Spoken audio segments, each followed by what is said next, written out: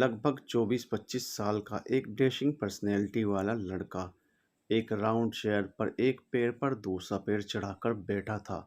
उसके हाथ में सिगरेट थी जिसके कश लेते हुए वो अपनी भूरी आंखों से सामने कोने में दुबक कर बैठी एक लड़की को घूर रहा था। वो लड़की देखने में कॉलेज गर्ल लग रही थी। उसकी उम्र लगभग 18 या 19 के आसपास थी। उसने शादी का लाल जोड़ा और हेवी ज्वेलरी पहनी हुई थी जिसमें वो बेहद खूबसूरत लग रही थी। वो लड़का बोला, hello little doll, welcome to wonderful hell. ये शब्द बहुत शांत और हल्की आवाज़ में थे जिससे बहुत डरावने लग रहे थे। इतना बोलकर वो शैतानों की तरह हंसने लगा। उसे ऐसे सनकी की तरह हंसते हुए देखकर सामने बैठी लड़की अपने आप में ही सिमटती जा रही थी। उसकी काली गहरी आंखों में एक खालीपन था और साथ में कंफ्यूजन। वो लड़का अचानक अपनी हंसी रोककर गुस्से से उस लड़की को घूरते हुए बोला, क्या हुआ, डर लग रहा है? अभी तो हमारी शादी को सिर्फ 2 घंटे ही हुए हैं और तुम अभी से इतना डर रही हो। ये सब तो तुम्हें बहुत लंबे वक्त तक झेलना है वाइफी। ये है सम्राट ठाकुर जिसने इस वक्त ब्लैक कोट पैंट पहन रखा था। ब्लैक कोट के नीचे वाइट शर्ट जिसके ऊपर के 3 बटन खुले थे जिससे सम्राट का चौड़ा सीना साफ झलक रहा था। सम्राट की हाइट 6 फुट थी और बॉडी भी किसी मॉडल से कम नहीं थी। गोरा रंग, भूरी आंखें, परफेक्ट जॉ लाइन। सम्राट सिगरेट फेंकते हुए अपनी चेयर से उठकर नीलम के पास आया और अपने एक घुटने के बल बैठकर नीलम का चेहरा अपने एक हाथ से कसकर पकड़ते हुए दांत भींचकर एक एक शब्द पर जोर डालते हुए बोला, बहुत मज़ा आया ना तुम्हें किसी की ज़िंदगी बर्बाद करके, किसी के हंसते खेलते घर में आग लगाकर। अब इस आग की लपटें तुम्हें किस तरह झुलसाती हैं, ये देखती जाओ। इतना बोलकर सम्राट ने गुस्से से नीलम का चेहरा झटक दिया और गुस्से से उस रूम से बाहर निकल आया। टाइट पकड़ने से नीलम के गाल पर सम्राट की उंगलियों के निशान छप गए थे। उसने डर के मारे अपने घुटनों में अपना चेहरा छुपा लिया। वहीं सम्राट ने रूम से निकलते ही अपने बालों में हाथ फेरा और साइड में बने एक मिनी बार में चला गया। उसने एक वाइन की बोतल को खोला और अपने होठों से लगा ली। ये सम्राट का प्राइवेट फार्म हाउस है। इस वक्त बेहद खूबसूरत लग रहा था। चारों तरफ कलरफुल लाइटिंग हो रखी थी। हो भी क्यों ना, आज सम्राट ठाकुर की शादी जो थी, लेकिन इतनी सजावट के बावजूद भी ये घर सूना सूना लग रहा था। चारों तरफ अजीब सी शांति फैली थी जो किसी नए तूफान के आने का संकेत दे रही थी। सम्राट की आंखों के सामने एक खूबसूरत सी लड़की का डर से भरा हुआ रोता हुआ चेहरा आ रहा था। वो लड़की हद से ज़्यादा डरी हुई थी। सम्राट उस लड़की को चुप करवाने की कोशिश कर रहा था लेकिन वो लड़की बस रोए जा रही थी। सम्राट अभी अपने ख्यालों में ही था कि उसे कुछ गिरने की आवाज़ सुनाई दी। सम्राट ने अपनी पैनी भूरी आंखों को उठाकर बाहर की तरफ देखा तो नीलम अपना भारी भरकम लहंगा अपने दोनों हाथों से उठाए सीढ़ियों से नीचे उतर रही थी। पैरों में चोट लगने की वजह से वो लड़खड़ा रही थी। वो इधर-उधर देखते हुए नीचे उतर रही थी जैसे कुछ ढूंढ रही हो। ये देखकर सम्राट की आंखें छोटी हो गई और उसके जबड़े कस गए। वो धीमे कदमों से नीलम के पीछे चल दिया। नीलम अचानक लहंगे में उलझने के कारण गिरने वाली थी कि सम्राट ने उसकी कलाई पकड़कर अपनी तरफ खींच लिया जिससे नीलम का चेहरा सम्राट के पत्थर जैसे सीने से टकरा गया। सम्राट गुस्से भरी गरजती आवाज में बोला, भागने की कोशिश कर रही थी? तो नीलम बस एकटक सम्राट के चेहरे को देखने लगी और फिर नजरें इधर उधर फेरने लगी। सम्राट को नीलम की इन हरकतों पर हद से ज्यादा गुस्सा आ रहा था। वो उसे सीढ़ियों से खींचते हुए नीचे ले आया और एक झटके से हॉल में छोड़ दिया जिससे नीलम हॉल में रखे सोफे से टकरा गई। नीलम खुद को संभालने की कोशिश कर रही थी तभी उसकी नज़र साइड टेबल पर रखे पानी के जग पर पड़ी तो उसने जल्दी से उठकर पानी का जग अपने हाथ में लिया और जग से ही मुंह लगाकर पानी पीने लगी। सम्राट एकटक नीलम की पागलों वाली हरकतों को देख रहा था। उसे नीलम की एक भी हरकत समझ नहीं आ रही थी। तभी सम्राट के फोन की रिंग बजी। सम्राट ने फोन उठाकर अपने कान से लगाया और सामने वाले की बात सुनकर सम्राट के चेहरे पर एक कातिल मुस्कान तैर गई। सामने वाले की बात सुनकर सम्राट कॉल कट करते हुए नीलम की तरफ देखते हुए बोला, चलो लिटिल डॉल, तुम्हारे भाई यानी मेरे साले साहब से मिलने चलते हैं। उन्हें भी इस शादी का थोड़ा एंजॉयमेंट करवाना तो बनता है। नीलम अपनी नजरें नीचे किए खड़ी थी। सम्राट उसकी इस इग्नोरेंस से फ्रस्ट्रेट हो चुका था।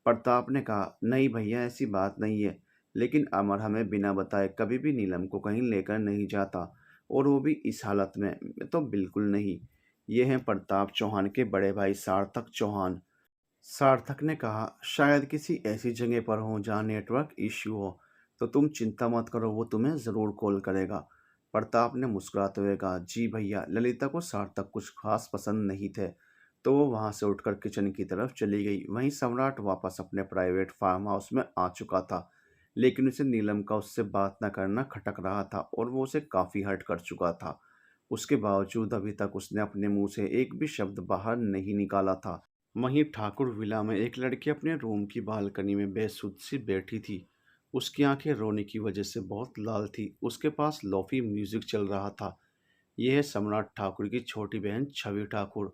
वहीं घर के हॉल में एक 45 साल की औरत टीवी के सामने बैठी थी, लेकिन उसका ध्यान टीवी में ना होकर कहीं और ही था। ये है सम्राट ठाकुर की माँ, सुभद्रा ठाकुर। तभी एक लगभग 20-21 साल का लड़का घर में दाखिल हुआ और सुभद्रा के पास बैठते हुए बोला, मम्मी जान, क्या हुआ? आपका फेवरेट शो चल रहा है और आपका ध्यान कहीं और ही है। सुभद्रा ने एक नज़र आदित्य को देखा और फिर रोते हुए उसे गले से लगा लिया, जिससे आदित्य उनकी पीठ पर हाथ रखते हुए बोला, मॉम, आप ऐसा करोगी तो दीदी को कौन संभालेगा? प्लीज रोइए मत। आदित्य सुभद्रा जी को संभाल ही रहा था कि मेन गेट से सम्राट घर में दाखिल हुआ, जिसे देखकर सुभद्रा जी ने अपने आंसू पोंछ लिए और सोफे से उठते हुए बोली, सम्राट, तुम कहाँ थे 2 दिन से? तुमने कितने कॉल किए? ये सुनकर सम्राट ने एक नज़र सुभद्रा जी को देखा, फिर शांत आवाज में बोला, मॉम, कुछ इम्पोर्टेंट काम था। आदित्य को सब पता था, इसलिए उसने सम्राट के से बोलने पर कसकर अपनी आंखें बंद कर ली। सम्राट लंबे कदम भरते हुए अपने रूम में चला गया। सम्राट के रूम में ब्लैक कर्टन लगे थे, ग्रे बेडशीट, ब्लैक कारपेट, सब कुछ बहुत एंथेटिक लग रहा था।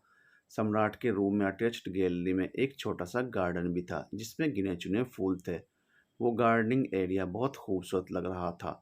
सम्राट तेज कदमों से रूम में आया और अपना कोट सोफे पर फेंकते हुए बाथरूम में चला गया।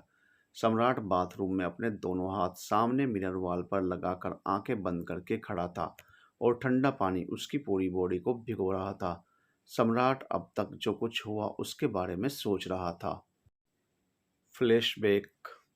सम्राट अपने ऑफिस में अपने केबिन में बैठा हुआ कुछ फाइल वर्क कर रहा था।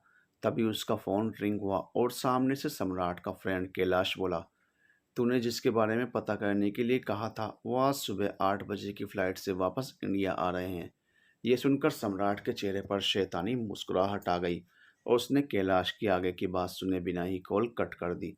कैलाश फ़ोन की तरफ देखकर बोला, अजीब इंसान से दोस्ती कर लिया, और कम से कम थैंक्स ही बोल देता।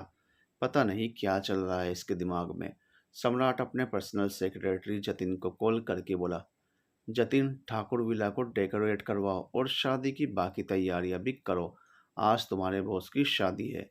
जतिन बस ओके बॉस बोलकर कॉल कट कर देता है। सम्राट अपना जैकेट उठाते हुए केबिन से बाहर निकलता है और अपनी ब्लैक रोल्स रॉयस को लेकर एयरपोर्ट के लिए निकल जाता है। वहीं दूसरी तरफ एयरपोर्ट पर 8 बजे फ्लाइट ने टेक ऑफ किया, और अमर नीलम का हाथ थामे तेज कदमों से बाहर निकला। दोनों ने अपनी पीठ पर एक एक बैग लटका रखा था। अमर के हाथ में एक ट्रॉली बैग था। वो दोनों टैक्सी के लिए बाहर आकर खड़े हो गए, लेकिन उन्हें टैक्सी की जगह सम्राट के आदमियों की गाड़ी मिली, और सम्राट के आदमी उन्हें ज़बरदस्ती उठाकर सम्राट के फार्म हाउस के लिए निकल गए। अमर को अलग गाड़ी में ले जाया जा रहा था और नीलम को अलग। अमर लगातार उनसे सवाल किए जा रहा था, कौन हो तुम सब? मेरी बहन कहाँ है? लेकिन कोई भी अमर के सवालों का जवाब नहीं दे रहा था। Flashback and.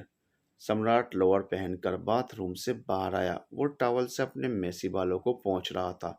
सम्राट मिरर के सामने आया और मिरर में अपने आप को देखने लगा।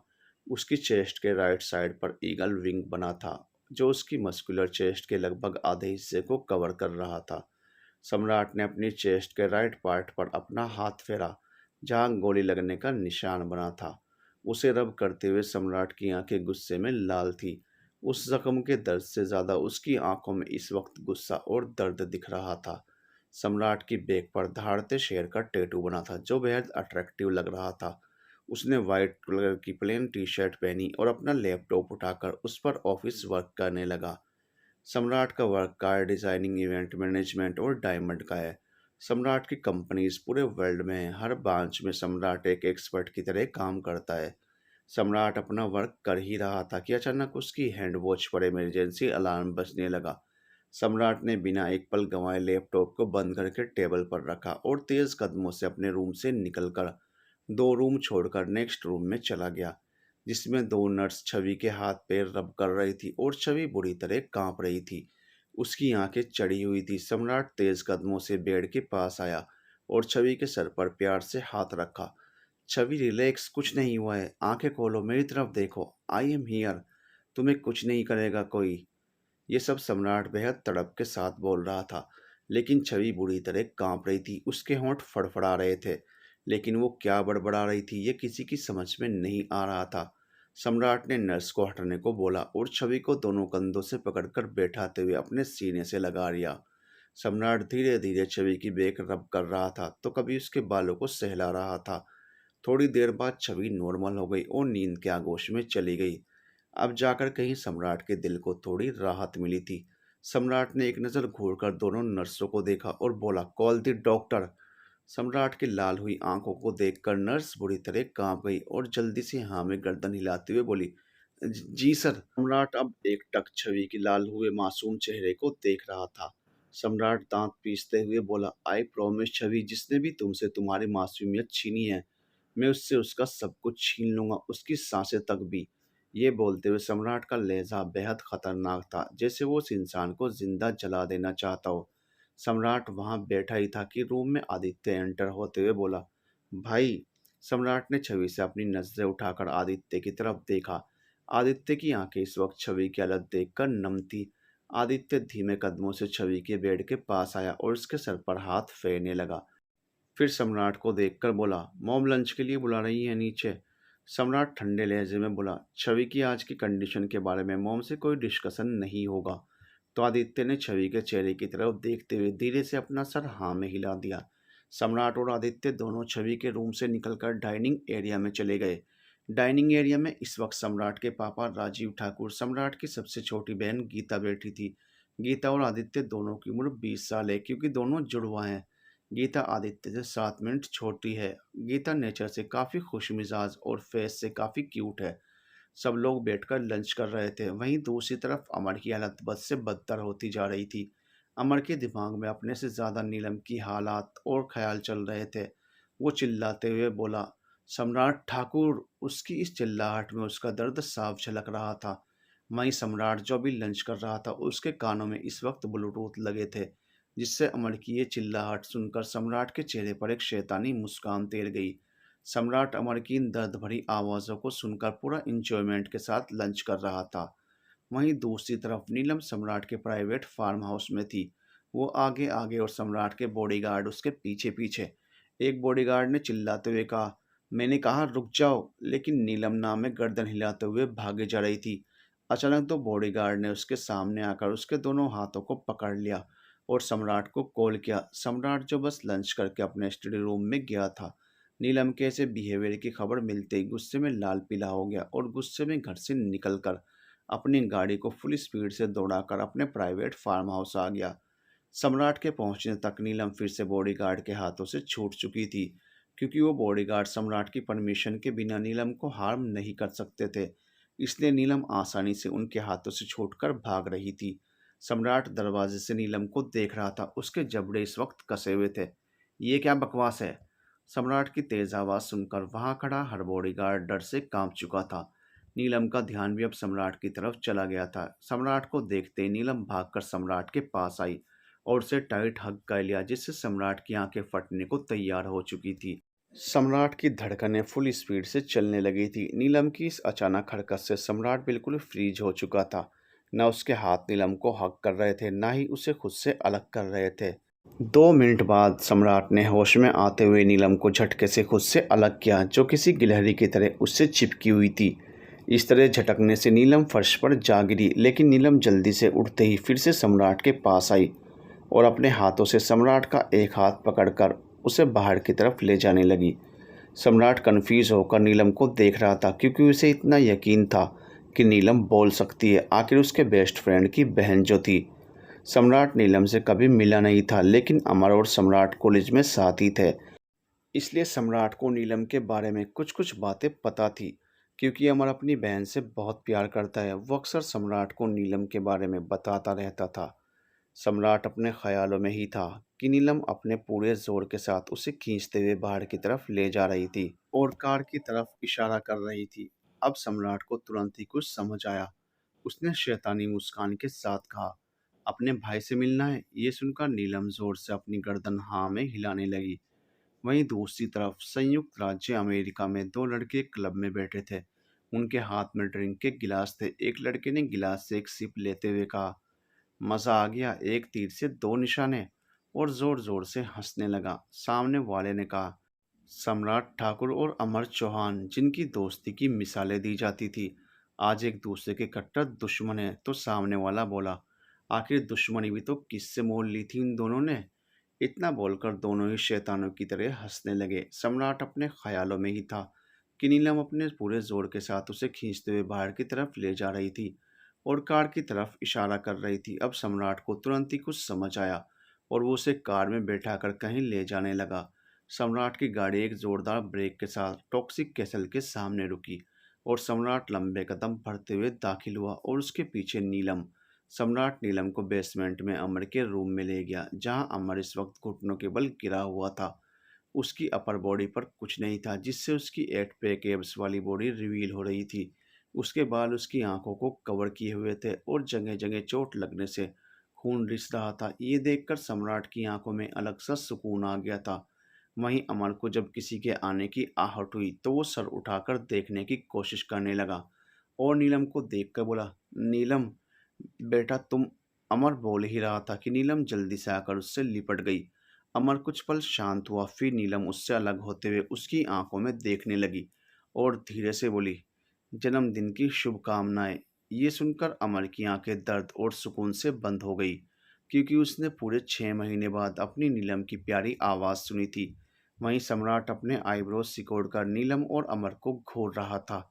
आखिर ये लड़की इतनी घमंडी कैसे हो सकती है? उसके सामने एक शब्द भी बाहर नहीं निकाला और अब अमर से बात कर रही है। लेकिन नीलम ने बर्थडे विश करने के अलावा अमर से कोई बात नहीं की, क्योंकि नीलम की कंडीशन खुद नीलम की समझ से बाहर थी और अमर उसे इलाज के लिए ही लंदन लेकर गया था। लेकिन नीलम ने खाना पीना छोड़ दिया था, एक तरह से अपनी नाराज़गी दिखा दी थी, क्योंकि उसे इंडिया में ही रहना था और इसीलिए अमर उसे इंडिया वापस लेकर आया था। लेकिन उसे नहीं पता था कि उसके साथ यहाँ आते ही ये सब हो जाएगा। उसकी बहन की शादी और उसका बेस्ट फ्रेंड उसका सबसे बड़ा दुश्मन बन जाएगा। सम्राट ने गुस्से से नीलम की बाह पकड़कर जबरदस्ती उसे अमर से छुड़वाया और फिर एकदम से खींचते हुए खुद से चिपका लिया और दांत पीसते हुए बोला, बहुत घमंड है ना तुम्हारे अंदर? सम्राट ठाकुर को जानती नहीं हो ना अभी, wifey. But you don't worry, तुम्हारा पति तुम्हें ज़्यादा वेट नहीं कराएगा अपनी असलियत और हैवानगी दिखाने में। सम्राट ने इतना ही कहा था कि अमर गुस्से से चिल्लाते हुए बोला, सम्राट तुम ऐसा कुछ नहीं करोगे, वरना मुझसे बुरा कोई नहीं होगा। सम्राट ने घिन भरी नज़रों से देखते हुए कहा, ये तो तुम पहले ही साबित कर चुके हो अमर। अपनी बहन पर बात आई तो बिन पानी की मछली की तरह तड़प रहे हो। किसी और का ख्याल नहीं आता तुम्हें? अमर ने आंखें मींची और लगभग रोते हुए बोला, आई विल किल यू सम्राट। मैं नीलम को कुछ नहीं करोगे तुम, कुछ नहीं करोगे, समझे तुम? कुछ नहीं, कुछ नहीं। इतना बोलते बोलते ही अमर की सांसें फूलने लगी और वो बेहोश होते हुए बेजान सा गिर गया। सम्राट ने उसे अपनी खाली आंखों से कुछ पल देखा और फिर नीलम की तरफ नजरें फेरी, जिससे अगले ही पल उसकी आंखें फिर से गुस्से से लाल हो गई। वो अपने एक हाथ से नीलम के दोनों गालों को कसकर पकड़ते हुए बोला, दूसरों पर क्या कहर जब अपने बदन पर आएगा तभी तुम्हें किसी और का दर्द समझ आएगा। आधे घंटे बाद नीलम सम्राट के घर में थी। ये बात सम्राट के अलावा किसी को नहीं पता थी। उस फ्लोर पर सिर्फ छवि और सम्राट का ही रूम था, बाकी रूम्स खाली थे या किसी और काम के लिए सम्राट और छवि ही यूज किया करते थे। उनके अलावा उस फ्लोर पर कोई नहीं रहता था। सम्राट अपनी सीक्रेट लिफ्ट से नीलम को अपने रूम में लेकर आया था। वहीं नीलम मासूम से आंखों से देखते हुए अपनी बड़ी बड़ी पलकें झपका रही थी। उसके चेहरे पर ना कोई दर्द था और ना ही कोई डर, सम्राट उसे छोड़कर खुद अपनी ऑफिस मीटिंग अटेंड करने चला गया था। सम्राट अंदर आते हुए नीलम को ढूंढता है, फिर कुछ सोचकर बालकनी की तरफ अपने कदम बढ़ा देता है। सम्राट बाहर जाकर देखता है तो नीलम किसी छोटे बच्चे की तरह खुद में ही सिमटकर सो रही थी।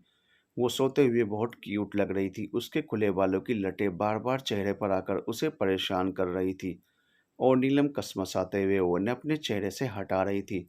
सम्राट कुछ पल नीलम को देखता है, लेकिन छवि का चेहरा एक बार फिर उसकी आंखों के सामने घूमता है और वो अपने भारी कदम नीलम की तरफ बढ़ा देता है। सम्राट की आंखें इस वक्त नशे के कारण गुलाबी हो रखी थी। वो नीलम की तरफ कदम बढ़ाते हुए अपनी शर्ट के बटन ओपन करना शुरू कर देता है और शर्ट को एक झटके से खुद की बॉडी से अलग कर फेंक देता है और झूले के दोनों तरफ हाथ रखकर कुछ पल नीलम के चेहरे को देखता है।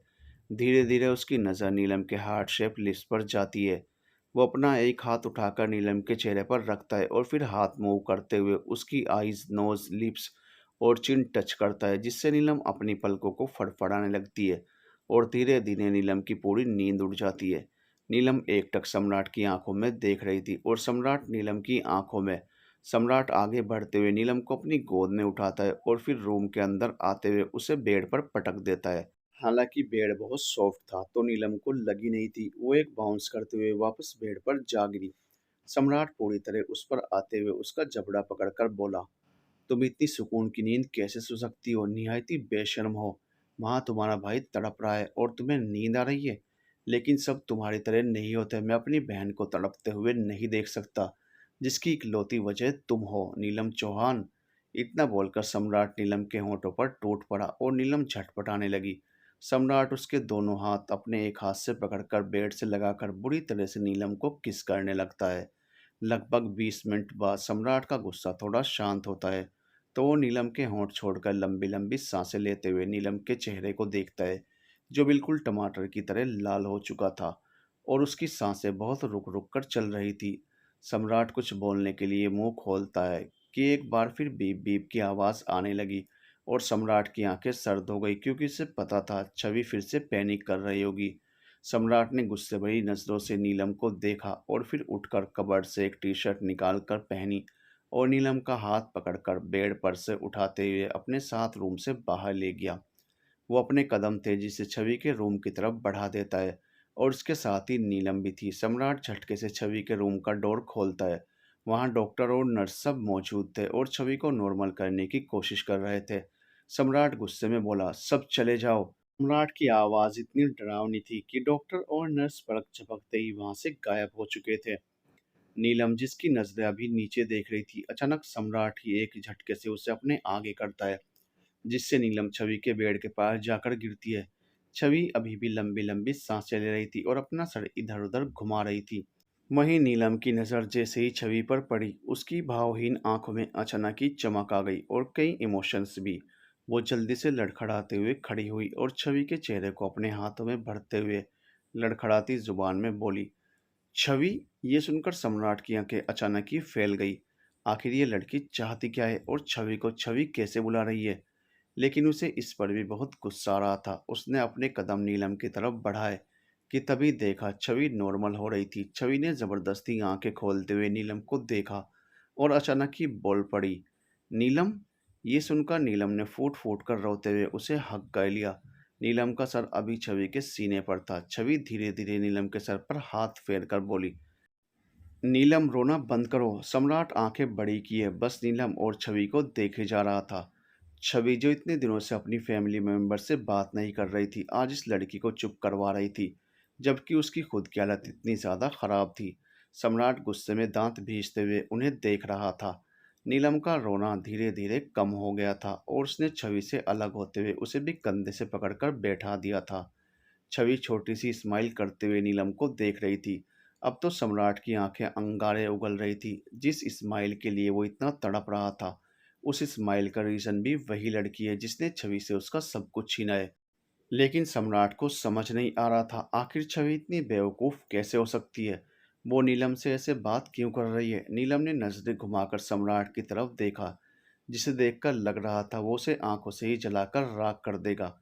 I am sorry. इतना बोलकर नीलम ने फिर से छवि को देखा और फिर से उसे टाइट हग करते हुए बोली, मिस यू सो मच। तो छवि भी बोली, मिस यू टू जानू। जानू नाम सुनकर सम्राट अजीब नज़रों से नीलम को देखने लगा, क्योंकि इस नाम को सम्राट अच्छी तरह से जानता था। उसकी बहन जब से हॉस्टल में रहने लगी थी, उसके मुंह पर बस सुबह शाम यही नाम रहता था, जानू। ये जानू, वो सम्राट ने कभी ये पूछना ज़रूरी नहीं समझा वो लड़की है या लड़का, लेकिन इतना पता था वो उसकी बहन का सबसे अच्छा दोस्त है। सम्राट छवि के रूम से निकलकर अपने रूम में आया और बाथरूम में जाकर शर्टलेस होकर शावर लेने लगा। उसके दिमाग में अभी भी छवि और नीलम की आवाज़ गूंज रही थी, लेकिन वो हद से ज़्यादा कंफ्यूज हो चुका था। आखिर छवि नीलम से ऐसे बात कैसे कर सकती है?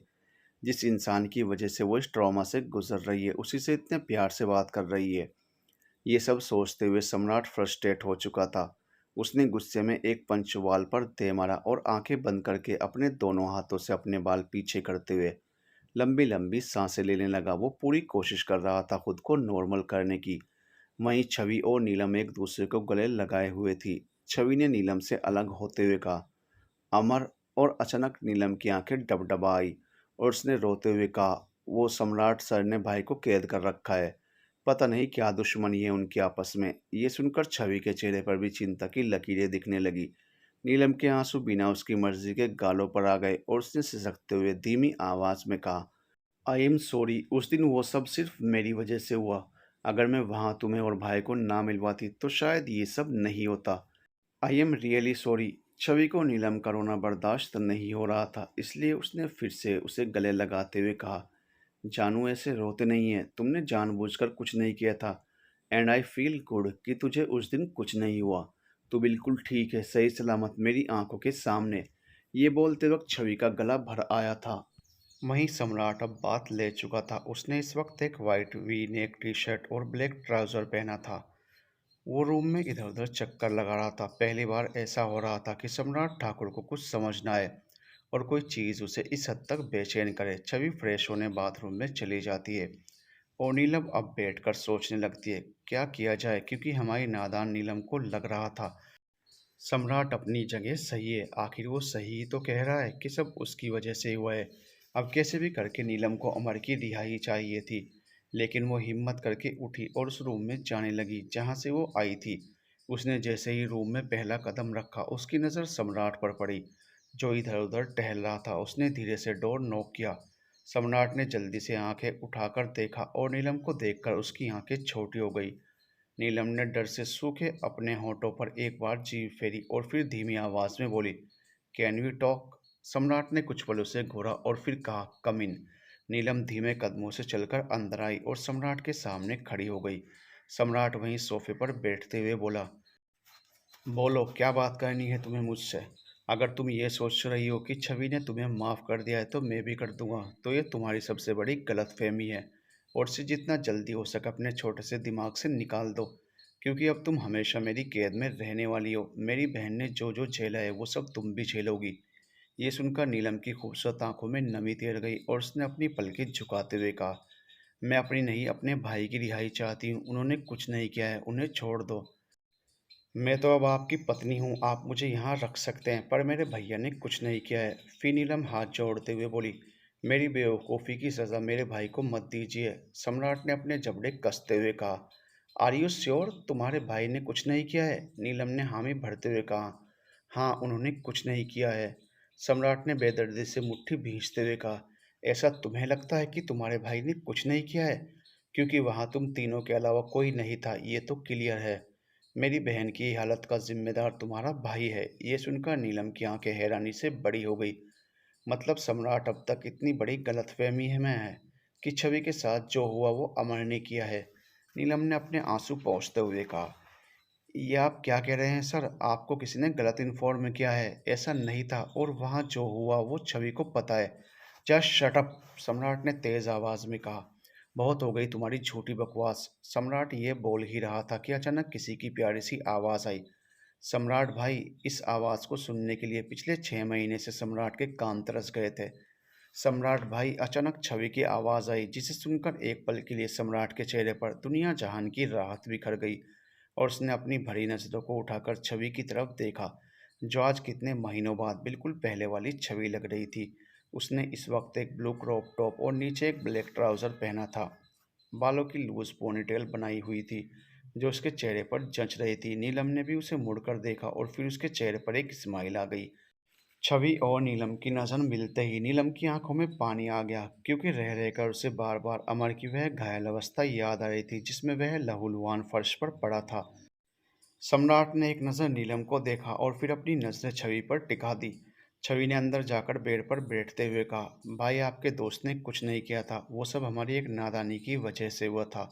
ये सुनकर सम्राट आंखें छोटी करते हुए बोला, आखिर तुम्हारा मतलब क्या है छवि? छवि ने गहरी सांस छोड़ते हुए कहा, यही कि अमर को मैंने वहां पर बुलाया था।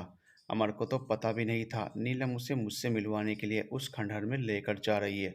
वो उसे ज़बरदस्ती जिद कर कर लेकर आई थी। छवि ने ये सब बोलते हुए एक नज़र नीलम को देखा, जो ये सुनकर उस दिन को याद करते हुए रोने लगी। सम्राट ने नीलम को इग्नोर करते हुए छवि की बातों को सुनना जारी रखा। फ्लैशबैक।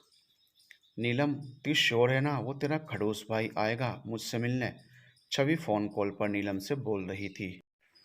नीलम ने एक्साइटेड होते हुए जवाब दिया, अरे तू चिंता मत कर, तू जानती नहीं है अपनी जानू को, वह कुछ भी कर सकती है। फिर अमर भाई क्या चीज़ हैं, और वैसे भी मैं तो उनके दिल का टुकड़ा हूँ, वह मेरी बातें कैसे टाल सकते हैं? बस थोड़ा सा इमोशनल ब्लैकमेल किया और अमर भाई मेरी हर बात मानने को तैयार हो जाएंगे। ये सुनकर छवि के चेहरे पर प्यारी सी मुस्कान खिल गई और उसने कॉल कट कर दी। नीलम कुछ देर बाद अमर के कमरे में थी। अमर लैपटॉप पर कुछ काम कर रहा था। नीलम उसके बगल में जाकर बैठते हुए उसके लैपटॉप को टुकड़ टुकड़ देखने लगी। तो अमर ने एक नज़र उसे देखते हुए कहा, क्या हुआ नीलम बेटा, यहाँ क्यों बैठी हो? कॉलेज का कोई काम नहीं है तुम्हें या कुछ चाहिए? ये सब अमर लैपटॉप की तरफ देखते हुए बोल रहा था। नीलम ने पाउट बनाते हुए कहा, भाई मुझे मेरी दोस्त से मिलना है। अमर ने एक नज़र नीलम को देखते हुए कहा, तो सुबह मिलना, अभी तो शाम हो गई है। नीलम ने अमर की बाजू पकड़ते हुए कहा, नहीं मुझे वहाँ आपके साथ जाना है, मुझे अकेले जाने में डर लगता है। अमर ने माथे पर बल डालते हुए नीलम को एक नज़र देखा और फिर से लैपटॉप की तरफ देखते हुए बोला, डर वो किस चीज़ से लगता है? मैंने तो सुना था नीलम बहुत ब्रेव है। नीलम ने अमर की बाजू किसी बच्चे की तरह हिलाते हुए कहा, नहीं भाई मुझे आपके साथ जाना है। नीलम ब्रेव है पर इतनी भी ब्रेव नहीं है। दरअसल मेरी फ्रेंड ना कहीं फंस गई है, उसे मेरी हेल्प चाहिए और सुबह नहीं अभी उससे मिलना है। नीलम की फ्रेंड किसी मुसीबत में है। ये सुनकर अमर थोड़ा परेशान होते हुए बोला कि किस मुसीबत में है, क्या हुआ उसे? नीलम ने अमर की आंखों में देखकर थोड़ा इमोशनल होते हुए कहा, वो ना कहीं से आ रही थी और बीच रास्ते में उसकी कार खराब हो गई और वह इलाका बिल्कुल सुनसान है, इसलिए उसे अकेले डर लग रहा है। अमर ने अपने मन में सोचा, अकेली लड़की सुनसान रास्ते पर आखिर कैसे रह सकती है? फिर उसने नीलम को देखकर कहा, बेटा वह अकेले क्यों गई थी? नीलम ने कहा, मुझे नहीं पता भाई, पर वह मेरी फ्रेंड है, मुझे उसके पास जाना है। आप चलोगे ना मुझे लेकर? तोमर ने लैपटॉप बंद करते हुए कहा, हाँ ठीक है चलते हैं, तुम उसकी लोकेशन निकालो, मैं बस चेंज करके आया। ये सुनकर नीलम के चेहरे पर मुस्कान खिल गई। कुछ देर बाद नीलम और अमर एक कार में थे और उनकी कार शहर के बाहर वाले रूट पर दौड़ रही थी। नीलम नर्वस होती हुई बार बार अमर को देख रही थी। पता नहीं उसका भाई उसका ये मजाक सुनकर आगे कैसे रिएक्ट करेगा, क्योंकि अमर छवि का क्रश था। छवि अमर को बहुत ज़्यादा लाइक करती थी, पर कभी हिम्मत नहीं कर पाई सामने से कुछ कहने की। इसलिए दोनों ने मिलकर ये फालतू सा प्लान बनाया था। उन्होंने किराए के गुंडे हायर किए थे जो अब छवि को छेड़ने वाले थे, और इन सब के बीच उन्होंने प्लान किया था कि अमर की एंट्री होगी और वह छवि को बचा लेगा, और फिर छवि अमर को अपने प्यार के जाल में फंसा लेगी और उससे अपने प्यार का इजहार भी कर देगी। पर उन्हें नहीं पता था उनकी छोटी सी नादानी आगे चलकर कितनी बड़ी मुसीबत बनने वाली है। छवि कार के पास खड़ी होकर अमर और नीलम का वेट कर रही थी और बार बार घड़ी को देख रही थी, क्योंकि उसने उन किराए के गुंडों को जो टाइम दिया था उसे होने में अभी भी 20 मिनट बाकी थे। उसे थोड़ी सी चिंता हो रही थी, अगर गुंडे अमर के आने के बाद आए तो क्या होगा, क्योंकि उनका प्लान था अमर की एंट्री इस वक्त होनी चाहिए जिस वक्त गुंडे छवि को छेड़ने की कोशिश कर रहे होंगे। पर कुछ ही देर में उसकी आंखें हैरानी से फैल गई जब वह गुंडे टाइम होने से पहले ही आ गए। उसने फ़ोन पर डील की थी तो उसे पता नहीं था कि वह सब लोग कैसे दिखते हैं, पर 6 से 7 आदमी उसे अपनी तरफ आते हुए दिख रहे थे और वह सब एक जीप में सवार थे। कुछ के हाथ में बियर की बोतल थी और जीप में लाउड म्यूजिक बज रहा था। छवि ने अपने मन में कहा, ये कैसे बकवास गुंडे हायर कर लिए हैं मैंने, इन्हें तो टाइम का नॉलेज भी नहीं है। कहा था 20 मिनट लेट आना, अभी तो अमर आया भी नहीं। अभी इतनी जल्दी, ये क्या करेंगे? छवि अजीबोगरीब मुंह बनाते हुए ये सब सोच रही थी। फिर उसने अपना फ़ोन स्क्रॉल करना चालू कर दिया। क्या पता नीलम उसे कोई अपडेट दे दे कि वह कहाँ तक पहुँच गए हैं और कब तक आ जाएंगे। छवि अभी फ़ोन में देख ही रही थी कि जीप उसके चारों तरफ गोल गोल घूमने लगी और छवि एकदम से घबरा गई। ये क्या कर रहे हो तुम लोग? अभी तो वो आया भी नहीं जिससे पीटने के लिए तुम लोगों को मैंने यहाँ बुलाया था। छवि की बात सुनकर उन सबके चेहरे पर मक्कारी भरी मुस्कान खिल गई थी और उनमें से एक ने छवि को गंदी नज़र से ऊपर से नीचे तक घूरते हुए कहा, लगता है फुलझड़ी हमारी जगह किसी और का इंतज़ार कर रही थी, पर खूबसूरत लड़कियों को ज़्यादा इंतज़ार नहीं करवाना चाहिए, इसलिए हम आ गए। ये सब बोलते वक्त उसकी नज़र छवि की पतली कमर पर थी, जो कुर्ते की साइड कट डीप होने के कारण साफ साफ विजिबल हो रही थी।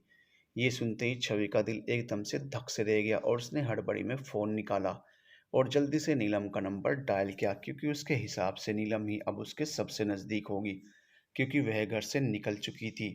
वहीं कार में जैसे ही नीलम का फ़ोन रिंग हुआ, नीलम ने स्क्रीन फ्लैश पर होते नाम को देखकर अपने मन में कहा, थोड़ा सा भी सब्र नहीं है अपने सैया जी को देखने के लिए, इतनी बेचैन हो रही है, कितनी उतावली हो रही है। इतना सोचते हुए नीलम ने एक शरारती मुस्कान के साथ छवि का कॉल पिक किया, तो उधर से छवि की घबराई हुई आवाज़ आई, नीलम तू कहाँ है? प्लीज़ जल्दी आ जा, यहाँ पर सच के गुंडे आ गए हैं और मुझे बहुत ज़्यादा डर लग रहा है। नीलम को समझ नहीं आया छवि ये क्या बोल रही है। यह तो उनके प्लान का हिस्सा नहीं था, लेकिन फिर भी उसने कॉल को स्पीकर पर कर दिया और उधर से छवि की घबराई हुई आवाज़ अब अमर को भी सुनाई देने लगी, नीलम तू सुन रही है ना? प्लीज़ जल्दी आ जा, मुझे बहुत ज़्यादा डर लग रहा है। छवि की इस घबराई आवाज़ के साथ पीछे से उन लोगों की मक्कारी भरी हंसी की आवाज़ भी साफ साफ सुनाई दे रही थी, जिससे अमर ने कार की स्पीड को डबल करते हुए कहा, यू डोंट वरी, हम बहुत जल्दी पहुंच जाएंगे, तुम्हारे करीब ही हैं। अमर छवि को शांत करने की कोशिश कर रहा था, पर एक्चुअल में डर तो उसे भी बहुत ज़्यादा लग रहा था, क्योंकि कोई लड़की कितना भी सेल्फ डिफेंस सीख ले, पर अगर लड़के एक से ज़्यादा हों तो वह उनसे निपट नहीं पाएगी। कुछ ही देर बाद एक ज़ोरदार ब्रेक के साथ अमर की कार उस जगह पर जाकर रुकी और वहां का नज़ारा देखकर नीलम का दिल एकदम से एक दर्द के साथ फट सा गया, क्योंकि छवि सड़क पर पड़ी थी और उसकी कुर्ती उसके जिस्म से अलग हो चुकी थी। उसके शरीर पर खरोंचों के निशान थे और वह आदमी कुछ शराब पीते हुए उसे देख रहे थे तो कुछ उसे और नोचने की तैयारी कर रहे थे। अमर बिल्कुल किसी शैतान की तरह लग रहा था, क्योंकि गुस्से में उसकी सारी नसें तन गई थी। वह बाहर निकला और अपनी स्लीव्स फोल्ड करते हुए उन लड़कों पर टूट पड़ा। वह लड़के कुछ तो शराब के नशे में थे, इसलिए अमर के एक ही पंच से ढेर हो रहे थे, पर अमर ने ध्यान नहीं दिया और उनमें से किसी ने अपने और आदमी बुला लिए और अब वह लोग छवि को छोड़कर नीलम की तरफ बढ़ने लगे। ये देखकर नीलम का दिल एकदम से कांप गया। वहीं छवि जो अधमरी हालत में थी, उसने पलके फड़फड़ाते हुए नीलम की तरफ देखा और फिर धीमे से कहा, तो तू भाग जा यहाँ से जानू, ये बहुत गंदे लोग हैं, अमर को भी ले जा यहाँ से। छवि की इतनी दर्द भरी आवाज़ सुनकर नीलम भी उसके करीब आते हुए बोली, नहीं तू ये सब क्यों बोल रही है, कुछ नहीं होगा ऐसा मेरे साथ, और तू चिंता मत कर, हम तुझे अभी हॉस्पिटल लेकर जाएंगे। भाई इधर देखिए ना प्लीज़, इसकी हालत ख़राब हो रही है। नीलम का हर शब्द अटकता हुआ अमर के कानों तक पहुंच रहा था, पर अमर उन्हें पीटने में लगा था। अचानक ही वहां एक और जीप आ गई और उन्होंने पीछे से अमर के सर पर वार कर दिया और एक पल के लिए अमर की आंखों के सामने अंधेरा छा गया। वहीं नीलम जैसे तैसे छवि को उठाकर अमर की कार में बैठाने लगी। वह उसे बैठाकर बस कार स्टार्ट ही करने वाली थी कि एक आदमी उसके बाल पकड़ते हुए अपने करीब खींच लिया और फिर उसके गाल पर एक थप्पड़ जड़ते हुए बोला, कहाँ जाने की तैयारी हो रही है?